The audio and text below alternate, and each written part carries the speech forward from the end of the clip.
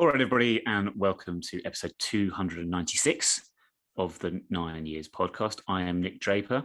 This week's podcast is slightly different, and we are recording it about an hour after the announcement of the passing of Queen Elizabeth II. Of course, we are deeply saddened by this news, and I'm sure over the coming days, everything will be underpinned by her passing. We are going to continue with the podcast, however, to go out as normal. We think, British stiff upper lip, this is what we should do. And I suppose what we have to do is we have to begin with the suggestion. We don't know this as yet, but we expect it pretty much will be the case that the fixture with Leyton Orient will be postponed. Other sports, boxing and horse racing at time of recording have already postponed, and cricket as well have already postponed events this weekend. So we're anticipating the Orient won't go ahead, and possibly Northampton next week as well. So this week on the podcast, we're just going to talk about what's gone on before. We're not going to look ahead too much. But we have some different voices on the show this week. 4 of us, in fact, alongside me, 3 others. I'm going to start, I don't know what's the best order to do this. Do you know what? Get the bad news out of the way first. Chris Draper, hello. I don't know whether I want to talk to you anymore. That's fine by me. There we go. That's one less. There we Hello. go. One down. Hello, my dearest sibling. Dearest sibling. I'm your only sibling. That we know of. Let's not pull at that thread. We also have Mark Hendrikx. Hi there. Yes. All the way from Switzerland. All the way from Switzerland. Thank you for having me.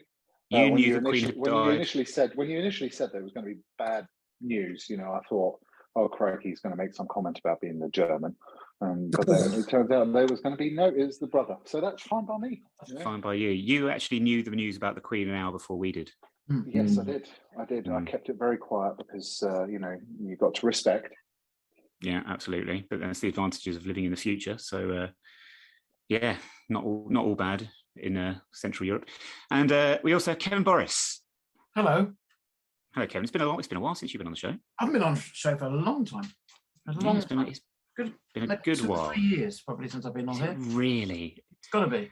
Shows you how time flies. During the pandemic, now. wasn't it, when we were interviewing random players over there? Yes, we did the Daily Show, and we had Aaron Ramsdale in my living room, not literally, but his video of him. So that was quite fun. Yes. So the Queen has passed away, and I think it's important to say that we are still saddened by her departure.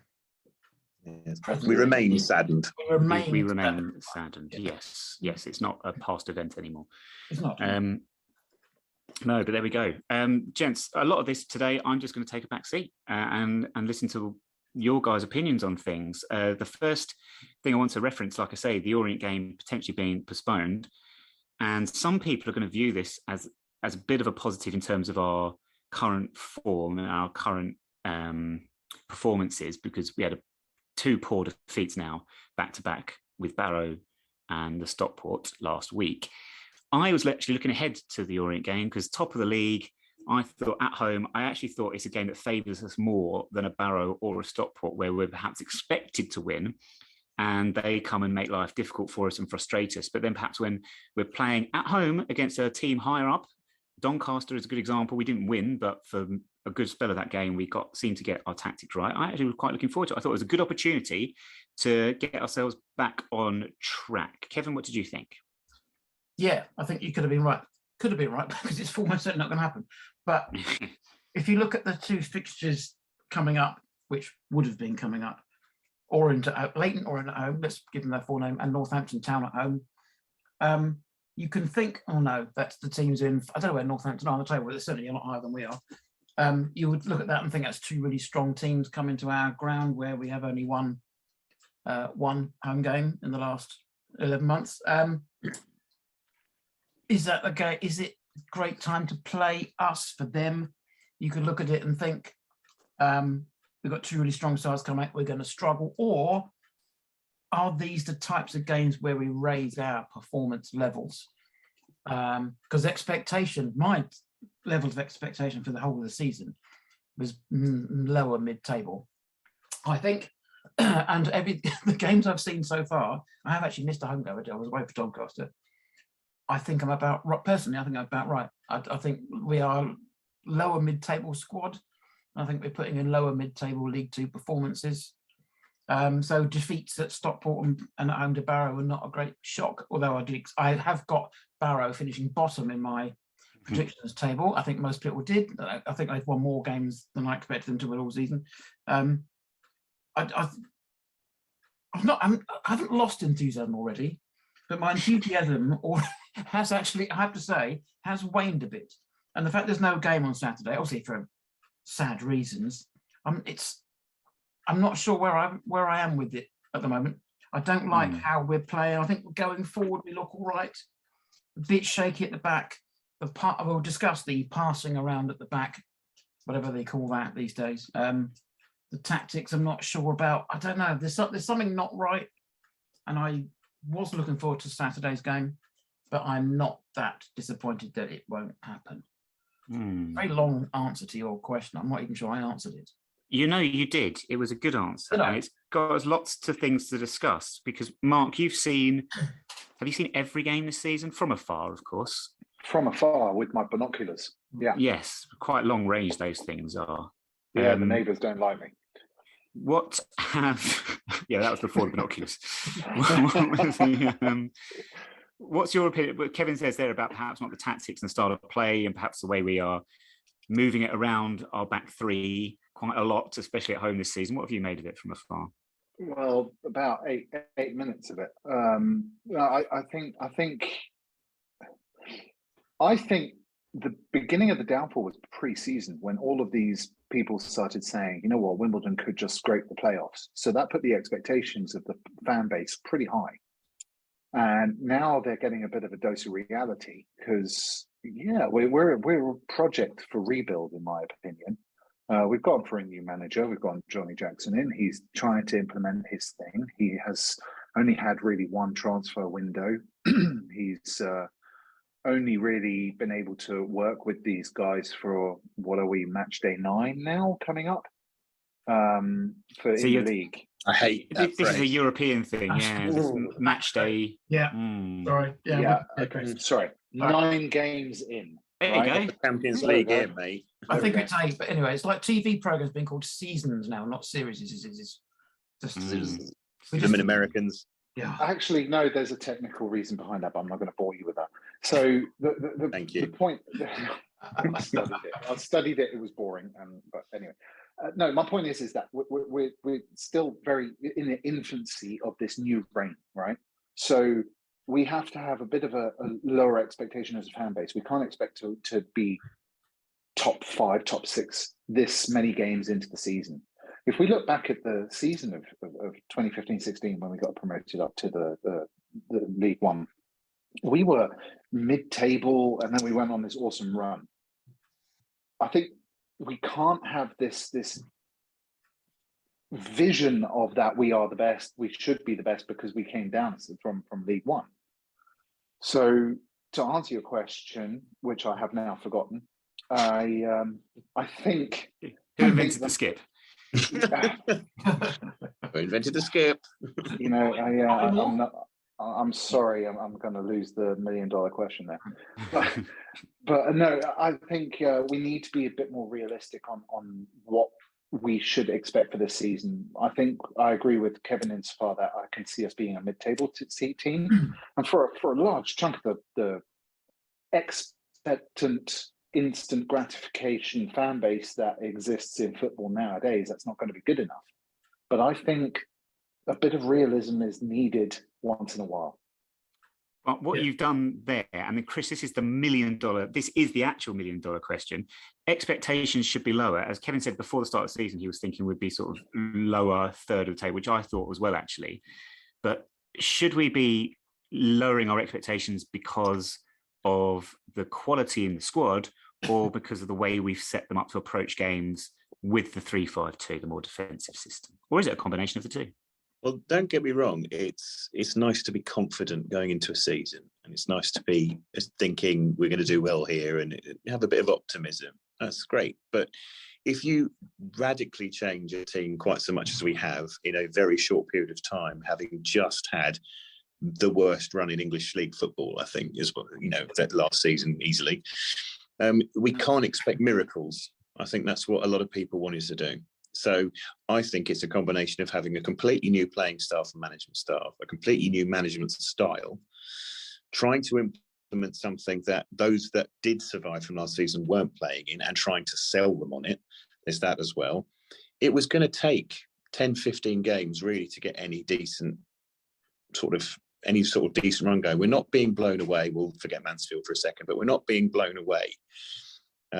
I've seen every defeat coming so far. I think I definitely knew we were going to lose to Barrow. I had a funny feeling about Stockport. Mansfield was a surprise. Wasn't surprised about Gillingham. Wasn't surprised about Crawley, who had Fulham in the back of their minds, and well, they're also crap. But I think we're pretty much where I thought we were going to be at this stage. And we are getting there. Yes, it is a bit slow, and it's not the instant gratification I think a lot of football fans want these days. But we're getting there. We really need to assess it a little bit later into the season.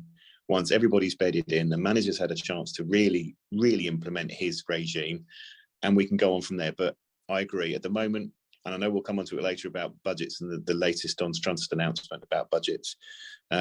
We've only really just made up the budget that we had last season by overselling players maybe, or getting more transfer fees for players than we were expecting, and also selling more season tickets than we were expecting.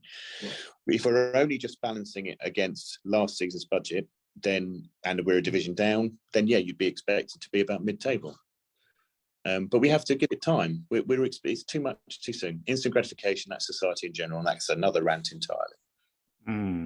The same question I'd like to actually pose, Kevin, Mark. What do you think? Combination of the two, new players not quite being good enough, management style not getting the best out of them. Can we do something a bit different? Chris used the phrase "blown away." Obviously, he meant in terms of being heavily beaten.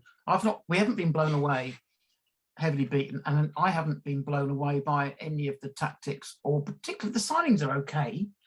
I think Nathan Young-Coombs is the one player that I'd never heard of him. I don't think anybody else. Some of you may have heard of him. I'd not heard of Nathan Young-Coombs at all, but he's proven to be, a really good signing. The other one's Josh Davison. He's fine. 9 goals in 20 games last season. Not a huge expectation. As people may not know this, but I rent a house from the Charlton manager Ben Garner, right? So I had a chat with him and said, "What was that noise? I think I heard a name being dropped there."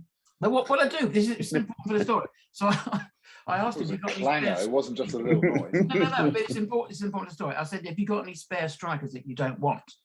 Because I would happily take some off your hands." We should do that all the time. Yeah, hoping we'd get Miles Leaburn. And all I got back was a thumbs up. I was like, "Oh, okay." And then 2 days later, we signed Josh Davison. 2 days before that, he'd said what a great player Josh Davison is, and he was really happy to have him after his season with him at Swindon. So I just think the signings are okay; they're fine. Alex Pearce is good. Chris Gunter's been a bit disappointing, to be honest, so far, but I haven't been blown away by any of it. And yes, it is very early. Is it 7 games, 8 games we played now? 7, isn't it? Something like that. 7 in the league. Yeah, 7 league games. The points we've got have all been from the bottom 4. Is that right? Gillingham, Hartlepool, Crawley. Doncaster was a good one. But the other, so 7 of the points we've got are from the bottom few. I don't know. I don't like to be too optimistic about things because they never work out. I don't want to be too pessimistic because that's not a good place to be. But I'm definitely erring on the pess versus opt of the two at the moment. So I think, it is a combination of the two. I think the players we've got in are you get what you pay for, and you have to, as Dave Bassett used to say all the time, you cut your cloth accordingly. And I think we've done that. And as I said, I just looked it up in my predictions with my friends. I've got us finishing 15th, and what I've seen in the 7 games so far, I don't feel obliged to change that. I don't mind either. I'm not upset that we get promoted. If you, as Mark correctly said, every season that we've been in the Football League, we've only finished higher than in the top half once. Yeah. In all that time, I don't know if people know that. I get the impression people think we're going to finish in the top half, and we finished in the top half once. And as Mark correctly said, that was that amazing run in 2016 that got us from sort of 14th to 7th, crept into the playoffs and managed to win them. I think our expectations should be lower than a lot of people's expectations currently are. Just out of interest, you say about the players and things like that. We obviously Hudlin was he's not been sent back to Huddersfield. He went back to Draper. No. Are we hopeful that putting him back up at the front might lead to perhaps a few more goals? If we put crosses in for him, if you've got the world's tallest football player, then sure. That means he'll head the ball over the bar more times. I mean, we did it very well when we were trying to head it to the world's smallest forward. So, I mean, you never know. Surely you put crosses in. Well, you would. If you're going to get a 6'9" player, you have to, if you only come on for the last 10, 15 minutes, you have to cross the ball. You've got to get the ball into the box and use his attributes and his strength. But I guess we're also... Are we going to do that? Is that part of Johnny's tactics to get crosses in? Don't forget, I mean, as I said, we're X many games into the season, match day 9, and and these guys, they've still got to kind of believe and fully grasp the philosophy or the footballing philosophy that Johnny Jackson wants to implement. Mm-hmm. It's not going to be an overnight job. I think it's going to be, we're looking at probably 15, 16 games into the season, easy, before it starts to click in a way that Johnny Jackson is going to be very happy with. And whether he's going to stick with the 5-3-2 formation or revert to the 4-4-2 diamond that he did then in the second half of against Stockport, we don't know yet. But at least we have now a manager who's attempting a plan B of formation change, not a plan B in terms of tactics with maintaining the same formation, which we have seen over the past X seasons and are exceedingly tired of, in my opinion. But being blown away, well, I'm certainly not on my knees yet. Well, the thing with, horrible thought. Heavily spanked, blown away, thumbs up, all these on my knees. I mean, what have we become? What have we become? Never catch me doing Kenneth Williams podcast, yeah. No innuendos from this podcast. Never ever. Matron. I'm not actually sure if you're doing an impression or if the connection's just gone really bad. Yeah. Thanks. Yeah, thanks for that gesture, Chris. Thanks, so kind. In terms of huddling and crossing the ball and getting into wide areas, the problem we've got, as I say, even with the system change, Mark, that we saw against Stockport, where we went to the 4-4-2 diamond, is we're still relying on the fullbacks or the wing backs in both systems to provide the width. And at the moment, Jack Curry, we think he's back in training, so we'd like to see him back soon. When exactly our next game will be. We don't want to rush him in anyway. Don't want to rush him, but he is providing our width so far this season. Chris Gunter at right wing back doesn't really get us forward in the same way. Paul Osu is not quite as good at that as Curry is, I think it's fair to say. So it just seems, in terms of a plan B, it's hard because of the recruitment. We seem to have recruited players it's a really weird one, actually, because in midfield areas, we've not really recruited any width, basically. So we're kind of limited to this narrower midfield. And yet we've also seemed to recruit at the back players that aren't the quickest either, which also gives us another problem of which we have to defend slightly deeper, which also seems to invite pressure as opposed to taking the game to opposition teams. So I don't know. It's almost like, as you say, we need more time to bed in systems and tactics and things, but also we need to think perhaps about recruiting slightly different ways, maybe in January. Yeah, well, I'm going to quote Stu on this one, and that's the January transfer window is a complete and utter nutcase market. I think we should be realistic and think, I don't know, we can only hope that John Jackson has got the right contacts book for good deals within January. But to revert back to what you were saying about, we've got Curry, who's going to be good at getting the crosses in, everything else. Barrow negated him, and that's what created the 1-0 scoreline for them and nullified our attack. They took him out, basically. He got injured. Wasn't it half-time where he got taken off? He taken off at half-time, yeah, shoulder problem. Yeah. So they knew that he was going to be our main source of attack impetus. So if you take out our wing back as being the main source of impetus for attack, and we don't have anything else on the field where we can really go through except for maybe a left centre back and the centre back passing the ball to one another for about 10 minutes, then I think we're going to have a big issue with utilising the anomaly, which is Ayoub Assal, because he's not going to be one who's going to be able to get the ball from the long balls. No, he needs the ball to feet. He needs to use his trickery, and I'm actually more impressed with Ayoub this season than I was last. Maybe it is because of the step down, but he's skipping past tackles left, right, and centre as if the ball is attached to his foot, which I think is exciting. As soon as he's got the ball to his feet, he's going to perhaps do something. He still does need to look up and look for that final pass. I was going to say, sometimes it's literally attached to his foot and it won't go. Yeah, but that's cheesy, I thought that was nodding it on your head and running along with it. But no, I think we need to look at.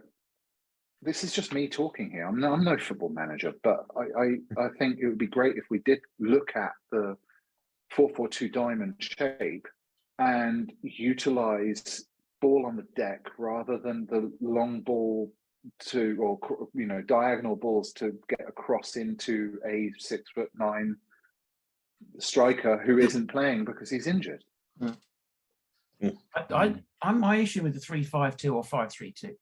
If you're starting with a 3-5-2, in my mind, the two wide players of the five should be wide players who can defend, the wide midfield players can defend. If you're going 5-3-2, I think those two wide defenders should be defended and go forward. I'm not sure we've got that right. Jack Curry is good. I'm happy with. I think he's really good. But Paul Osu, I'm not sure he's got the skills going forward and not necessarily going back either. But I like him as a second choice to Curry. Chris Gunter's not really. He's going forward. He's awful. His crossing's terrible. Let's be fair. Where would you play, for example? Would you perhaps play Ethan Chislett at right wing back, perhaps? Because he's got. But Chris Gunter's got himself into a fair few shooting opportunities, which last season, but he's received the ball in the penalty spot, or penalty box even, and he's taken a couple of shots. Last season we really didn't have that many chances from wing backs taking shots, did we? I mean. I've just been a bit disappointed by his delivery. So I think the disappointment for me so far, since January, when we signed Lee Brown, I was really pleased because the Portsmouth Lee Brown I thought was a fantastic player. It was really every time we played him, every time we played against Portsmouth or Bristol Rovers, I was pleased if he wasn't playing. That to me is the mark of a good player. When you think, oh, good, Lee Brown's not playing. It's like when John Marcus wasn't playing, or in the old days, Danny Hockton. Danny Hockton was injured; he wasn't playing. Great. You go. It's a good thing. You're quite pleased. That is a name. Wow. Margate, Danny Hockton. He was Margate. He's played for all the Kents, all the Essexes, isn't he? Yeah. Ricky Haybridge, Swifts, those kind of players. Richard Jolly when he played for other teams, not ours. When that player is missing, you're pleased really because it negates the threat or whatever. The Lee Brown that we've signed, I hope you listen to this. He talks a good game, this Lee Brown, doesn't he? In his Sean Dyche kind of voice.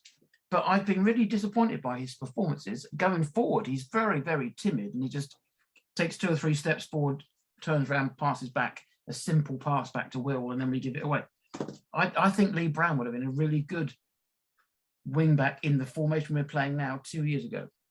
But no, I'm not sure he's got the legs for it now, or whatever reason that is. I know one of the reasons why he came to us was I know where he lives. He lives in leafy Surrey. Was driving to Portsmouth every day. That must be driving nuts, right? I get that. So I presumed he was tired from all the driving. Understandable. Hasn't he got a driver? Don't know. I heard in an interview that he's got a driver. He's a driver.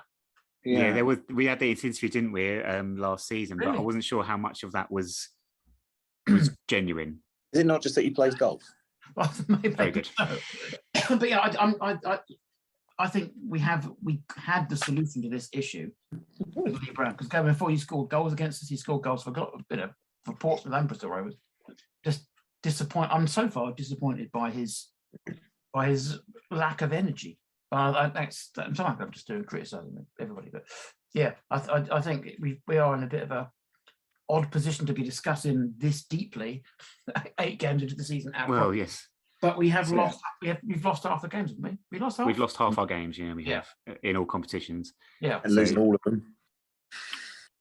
Say again. Like last season, better than losing all of them like last season. Yes. Well, this is true. It's been an away win and a home win. I mean, you're being spoiled, aren't we?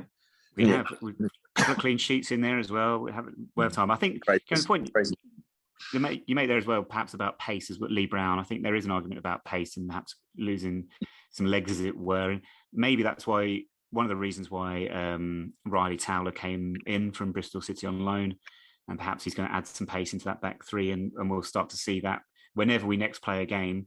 And by the sounds of it, it really isn't going to be Saturday.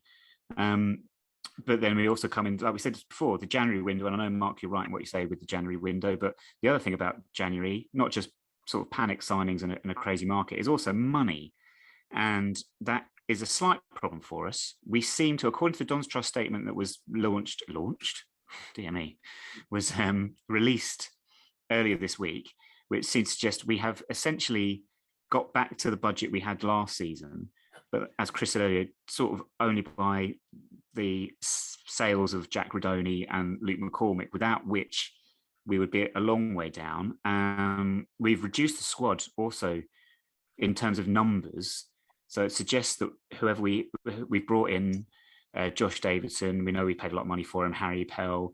I don't know where Lee Brown and Ollie Palmer fit into this picture and how they, if there's hangover from last season's sale into this season, I don't know. There's a few questions, but essentially, if we're going to, what statement did say, if we're going to invest more in a squad this season, it's going to have to be if we sell someone like Ayoub, for example, or if we go on we get a great FA Cup draw. Yeah. Well, they suggested in the statement, didn't they, that we've already, before we do the FA Cup round draw, that we've made it back up to last season's standard, which isn't a great last season standard because we were 21st or 22nd, I think, in the budget table for last year. But in terms of League Two, we're still in a vaguely competitive budget area because we're still at that sort of at the division up level.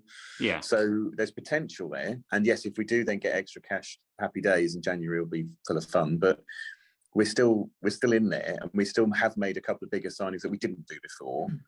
It's just getting them to gel. We just got to give them some time. Yeah.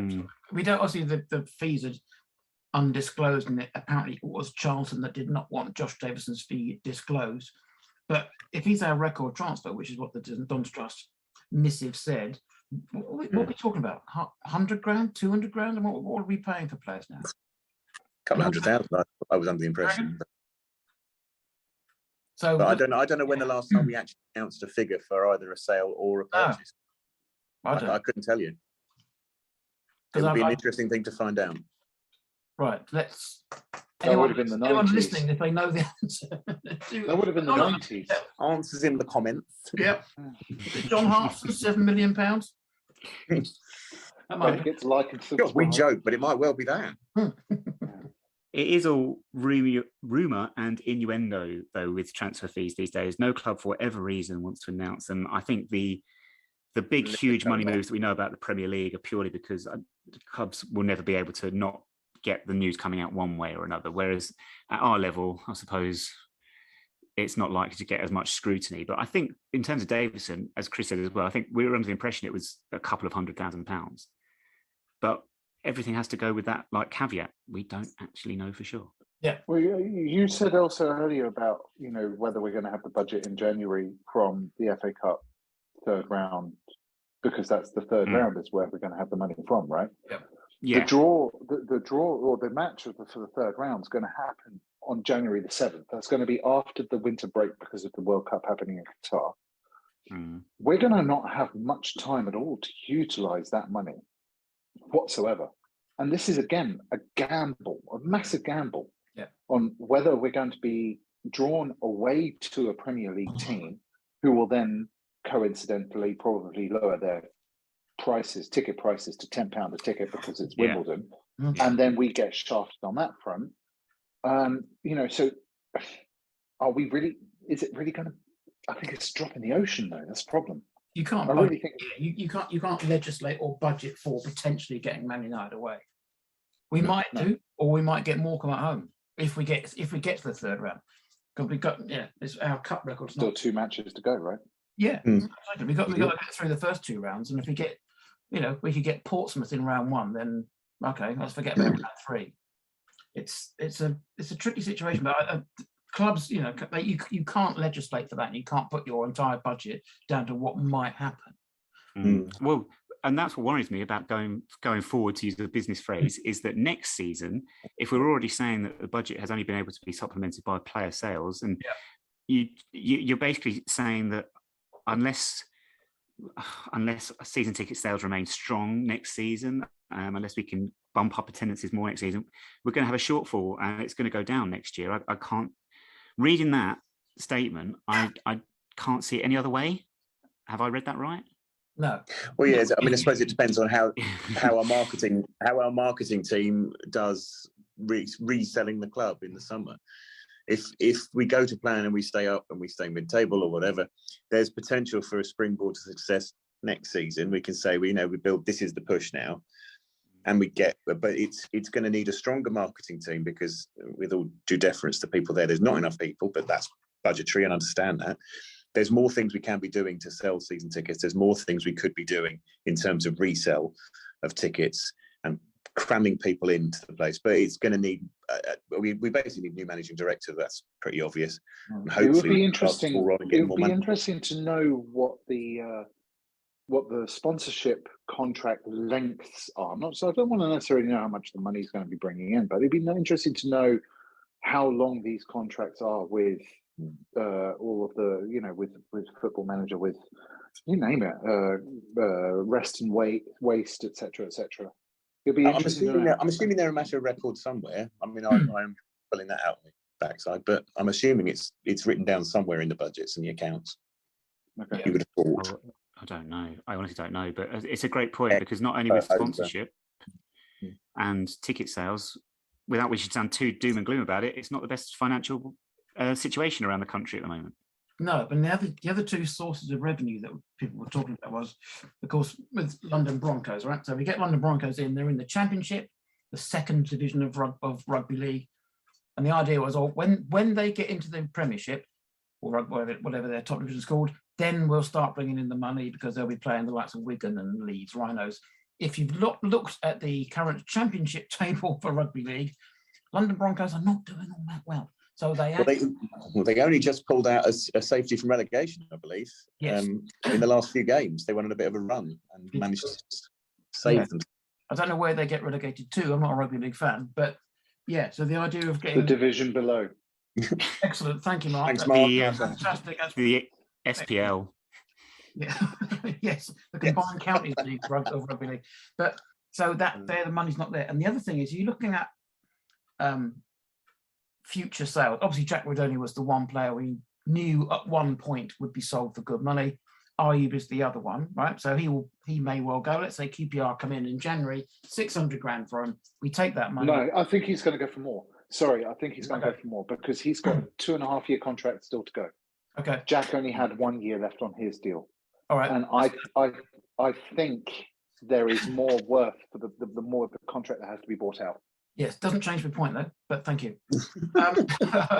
So let's say we sell Ayub for 1.2 million, right? So doubling my original quote. Doesn't matter what the figures are. Okay, so we get 1.2 million pound for Ayub. So now looking around for other players that we could sell for similar money. Who is there? Jack Curry obviously looks very good at the moment. Yeah. Our club's going to come in for him. There'll be another undisclosed fee. Yeah, our best player is, in my opinion, Paris Magoma, not our player. We're not going to sell anybody else. And you look at the promising youth players, look at Archie Stevens, who got, 50 goals last season. You think, well, this could be the player. Oh, no, he's gone. And he goes to Glasgow Rangers for 25. Yeah. And then they're forgetting, sorry, apologise to the name of the other player that went to Wolves. So we are in that position now where we get good young players in, Leo Castledine being one, right? So you think, well, if we can keep him for long enough, we can say, hey, no, he's gone. So that the idea of getting these players through the academy to the point where we can use them for a season and then sell them for big money, that's tricky because they go before we get the chance to sell them. And I don't see, with all respect to the academy, who've done a great job with the players we've got, where the next Rodoni and Assal are. We say that quite regularly though. We said that before, haven't we? When we've got youth team players coming to first team, like, oh, where's the next one of these? Then we always end up finding someone. And then we've had a good crop. We've had a good 4 or 5. I'm sure there'll be more on the way. We do, but they're not. The club aren't pushing it. Or we're not paying attention either, or one of the two. The flip side of that is as well. There's always a player that comes through like an Anthony Hartigan that we were all set and thought this player's going to. If we sell him, we're going to earn loads of money from him, and that's just not turned out that way. Yeah, true. I saw Alfie Egan's just moved on again to Bournemouth. To where did he go? Dorking. Yeah. Oh, what a surprise! Who ended up at Havant and Waterlooville the other day? Thomas. Yes, I forgot about Thomas. Well, I've won that one. Anyway. Well, isn't Barry Fuller at Dorking? Yes, he is. Yeah, that's why I say. And Cal Kennedy. He certainly was, but they've had Luke Moore, they've had Lewis Taylor, Jason Pryor's still there, I think. I'm not sure. I think Cal Kay is still there as well. So there could be, Wimbledon mock too, I think. I may go and see him play at some point, but obviously not this weekend. I'm not suggesting that those players aren't there. We just don't know who they are at the moment. And the key is, can we get them to the point where they're in the first team or they've got a contract before they go? And I'm not saying that's anyone's fault. Well, I'm hoping that will come with more experience and a better, director of football, a better managing director. Maybe we can move on to that. Yeah, quite. So who knows where Leo Castledine will end up? It's just sadly not with us. But he's obviously. I mean, we just need a real good business model for the club to basically make this work for us. And but at the moment, the business model is very much in the wind because we're trying to kind of build the foundations back up again. With everything that we got to, as you said, with the managing director coming in, with the head of football operations apparently. It's a lot of mess to clear up. And I think realistically, if we get this all sorted within the next couple of months, we've still got this whole season to fight it out before things will start to hopefully move in the correct direction. Yeah, and you're right, because I have said, not on this podcast, on another football podcast I was invited on, that I think we got relegated last season in January. That's when you lost it. You look at, obviously the results were terrible. When we got in Thomas, who played for about a minute and a half at Bolton, and no, he's not very good. Terry Ablade, Aaron Cosgrave, Sam Cosgrove. You look at those players we got in on loan as like last minute, and none of them worked, did they? Frisbee, like Aaron Cosgrave got us a point against Charlton. But I mean, that confused and muddled. It's like we were hopefully shopping in Waitrose. We ended up going to Lidl in the bargain bin of Lidl to pick up our players, and then they didn't work out. But then Zach Robinson came out of nowhere, scored a goal, and everyone was like, "Oh my God, he's the Messiah!" And then injured, gone. Yeah. All right, damn. So that's to me. So I think January this season, January is going to be more as important as last season was.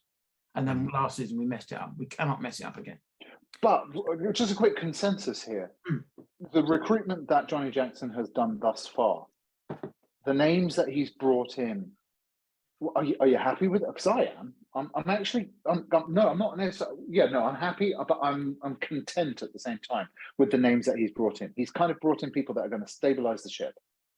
Yeah, I think as I said, he cut his cloth accordingly. Absolutely. Davison looks decent, doesn't he? I don't think he's going to score 20 goals a season. But I think the recruitment, this summer's recruitment has been the best batch of recruitment for quite a few years, I would say. However, when they gel is the crucial thing. You look at like Nottingham Forest now on 22. They signed another player today. 22 players. It's just, I mean, you could. how are they going to do that? You could argue that I think this has been the best summer for signings after the Elliot Benwer and Lyle Taylor era of signings, I think. Yeah. Yes. Yeah. I don't think that's fair. I can't agree. I can't disagree with that. I was going to say, No. yeah, how dare you? That was 2 years, wasn't it? That was 14 and 15, wasn't it? Yeah, it was. It was. Yeah, I was spreading it over. Benfeo came in before Lyle, yeah. Yeah. No, that was. It was just spreading it over those two seasons, I think. So, you had Sean Riggs, I think, thrown in there. Was that? That was the Ecclefenwell year, yeah. John Meads. Yeah, John Meads. Oh, there was loads, and it really did. We did hit. Sorry, that was my signal. We did hit the ground running there, and I think this is a similar crop of people. You never know. Who was the manager then? I can't remember. Okay. Simon Batty. I was only going to say that because I remember we signed Sean Rigg, and I got an alert on my phone that when Wimbledon signed Sean Rigg, he signed him from Port Vale, didn't he? Was it Port Vale? I can't remember. No, I can't remember. I don't think so, but wherever we signed Oxford. He was at Oxford, wasn't he? Oxford, yeah. I was actually in Colditz when we signed Sean Rigg. So I will never forget. I'll never forget that. It was so memorable you being in Colditz. So you remembered about Sean Rigg being signed for racing. Did you have handcuffs on at the same time? Or? No, I didn't. No, I was. That's another story entirely. No, I was in the room that was a theatre, and where the British prisoners were stealing all the wooden chairs to make an aircraft. one of which, of course, was Airy Neve, the MP that was killed in 1979 in the IRA bomb. Of course. I'm not going to lie, Kevin. We've done this podcast 296 episodes now. Yeah. We've gone some random places, but I think we've hit a new peak. Colditz wins. I was brought in for. I'm sorry. I thought that was my brief. Anyway, so we mentioned Colditz. Yeah. Excellent. Got that one on. Tick that one off. And just before we move on from there, I just have to rewind just very slightly, just to go back to your comment about Leo Sean Castledine. Rigg to Colditz or what? No, sorry. Yes, it's all got very confusing now. But with Leo Castledine, anyway, I will say, of course, that his move to Chelsea was in fact the reason that we cannot have the mum. I think I said this last week as well. But you did. But I do enjoy getting that reference in. Yeah, that's why we can't have the mum, right? Should we stop there? And for the final part of the podcast, do you want to have a go at Jackson 5? Yes. But in old Wimbledon quiz fashion, in which I will give you the 5 questions. You're all prepared with pen and paper to write your answers down, and then we will take answers at the end and see who wins. All right. Okay. Yep. Go for it. All happy? Okay. Yep. Yeah, I'm running out of Can battery. I write with my left hand so that you can't read it? I will. We can't read it anyway. It's on your desk. Exactly. I'll just trust you to not lie and cheat. Okay. Okay. These are. We have some general knowledge questions based around the theme, brilliantly, of Leyton Orient. But of course, that game is not happening. Yeah. So anyway, we're going to crack ahead with Leyton Orient. Anyway, there is a maths question in here, and there is an old school Neil Coxless pairs, which is an answer smash from House of Games. However, with Neil Cox now having left, the only title I could think about was Kyle Hudlink, but that doesn't even really work. Any suggestions for that? Anyway, sorry. Question 1. Remember, just to write down your answers, which former Wimbledon FC player won promotion with Leyton Orient in 2019? I think that's quite a gentle start. That's yeah, I can get that one. Happy with that. Just give me a thumbs up when you're happy for me to move on. Yeah. Yep. Okay, question 2. This is a 2-part question, so half a mark for each correct part. In what year did we last play Leyton Orient? No. Well, I might do if you get this wrong. Right. In what year did we last play Orient, and what was the score? Are you saying Orient specifically, not Leyton? Sorry, Leyton Orient, I should say. Sorry. I have used shorthand on my question paper for expedience. Yeah, good. Right, all good? Mm-hmm. Yeah. Okay, question 3 is the maths question. Yeah. No, it's not. Okay. Thank you. It's the answer smash question. So you're going to have to answer 2 parts of this question and put them together into one long answer. Okay. The first part of the question is the traditional name of Leyton Orient's stadium. Yeah. And the second part is the name of a John Keats poem that references Exeter City. Oh. This could also qualify under House of Games rules as a lowbrow, highbrow question. Can you beep this? But you can just go fuck off. I just did that. I did that, but I did I'm it not quite. beeping that. We'll just put a parental advisory on the on the YouTube. Do not listen to this podcast. Well, there's that as well. Yeah. I think I've got a list of people in my head who are not going to listen to it already anyway. Yes, I think I do as well. Oh. Right. Next question. Yeah. Okay. Leyton is the nearest tube station to Leyton Orient's stadium.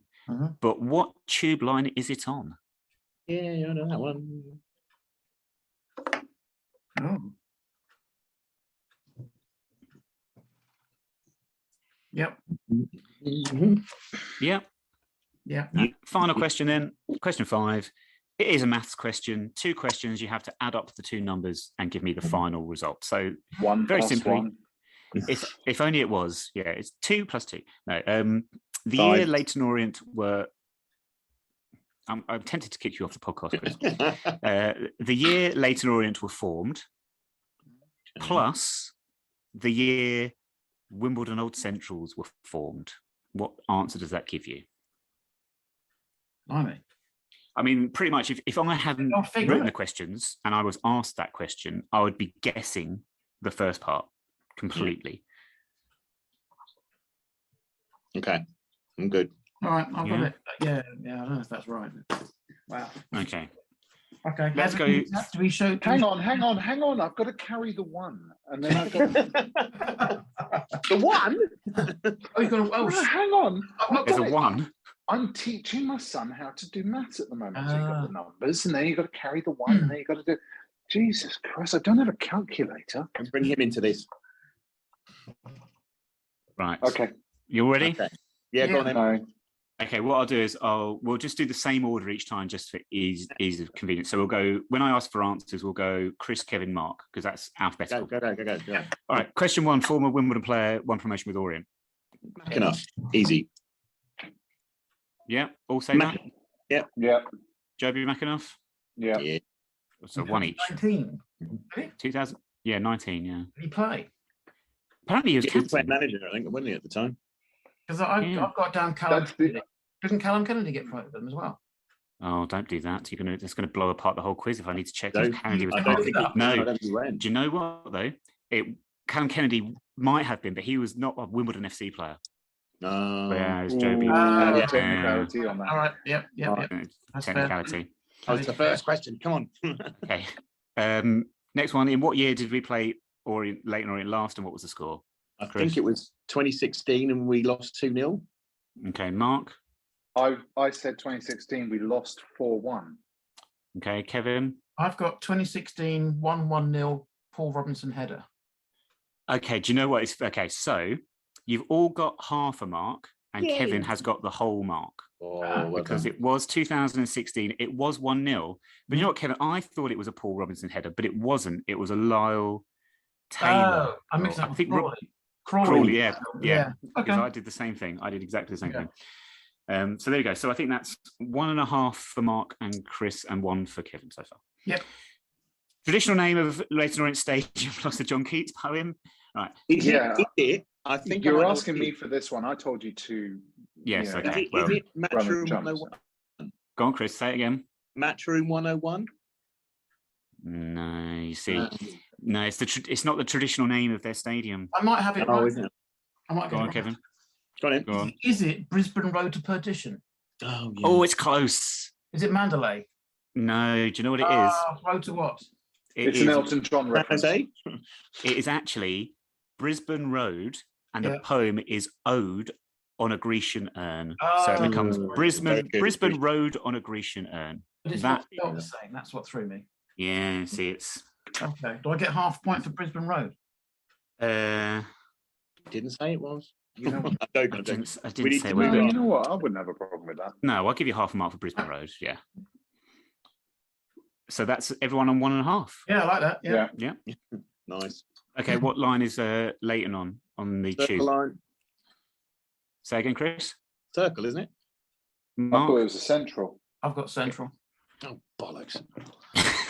I meant central. It's the red one. It's I the meant red one, circle, the central fucking line. district circle, bollocks. Yeah, Did you well, write the red one? What did you write? The red one? Did you write the I circle wrote line? Dear me, I it is know. the central line. Schoolboy, never mind. Okay, do you want to have a go at the last question? The answer, just the answer you came up with. 3,781. Oh, I've got 3779. Mark, I got 3804. you're all right that it's 3,000 something. Hmm. Later on, it was formed in 1881. Oh, wasn't it? Oh, shit. We were Okay. 1889. Therefore, 3,770, which I think means Kevin was the closest. No, we didn't say we could be the closest. Yeah, we're not. Kevin's won anyway, hasn't he? I don't know. I think Mark and Kevin were joint points, were you not? I was 9 No. away. I was 9 away for that one. So Tiebreaker then. Kevin closer. Kevin wins. I think as a tiebreaker. all right. What did you get, Mark? You got 3? Yeah. I got 3.5. 3. No, I got 2.5. 2.5. So there we go. Yeah. Well, sorry everyone. Beautiful audio. So I'll remember. I remember. Typically Wimbledon. I win. Oh, sorry. No. I'm just saying the 8th of September 2022 will be a day that we'll all remember because I Why won. did you go to Colditz? You went to go. No, I won the Jackson 5 quiz. There's nothing else of any note that's happened today that would make this day memorable. It's with No. Nick's first foursome on a podcast, and that's what we remember from today. Yeah.